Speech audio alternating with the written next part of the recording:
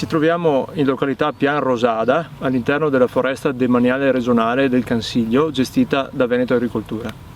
In una località, in un'area che è stata interessata nel 2018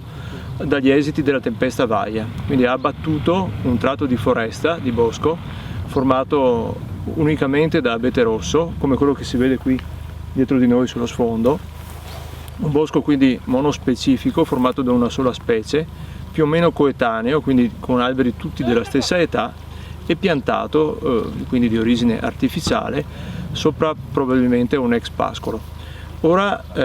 quest'area nella quale ci troviamo è oggetto di un intervento dimostrativo, un intervento di riforestazione dimostrativa che avviene con tecniche e modalità tali da innescare un processo di restauro forestale, di ricostituzione di questo habitat forestale con specie e modalità però completamente diverse da quelle del passato, ovvero non andremo a ricostituire una foresta monospecifica, ma un bosco misto di una specie che ben più è idonea all'ecologia del sito, come il faggio,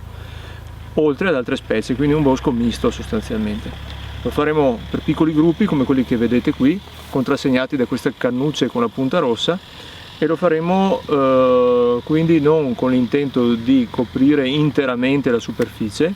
ma soltanto di creare dei nuclei che sono di fatto delle piante, un domani diventeranno piante portaseme,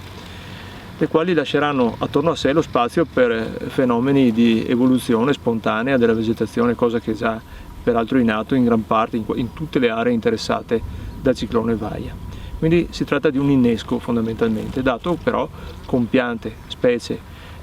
appropriate e messe a dimora con una tecnica, con una logica ben ponderata, diciamo.